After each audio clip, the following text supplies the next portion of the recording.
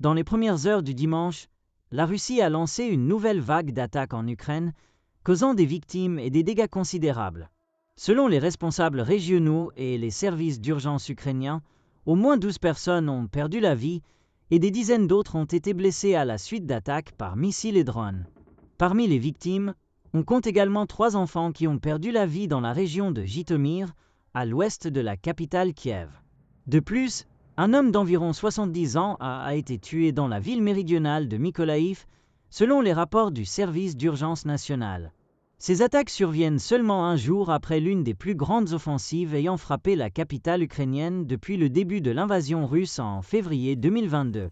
Ces attaques aggravent encore davantage la situation humanitaire et la sécurité en Ukraine. Malgré l'intensification des combats, les efforts diplomatiques pour mettre fin au conflit se poursuivent. Samedi, l'un des plus grands échanges de prisonniers entre la Russie et l'Ukraine depuis le début de l'agression a eu lieu, et cette action a été considérée comme un pas positif, bien que insuffisant pour créer une voie claire vers un cessez-le-feu.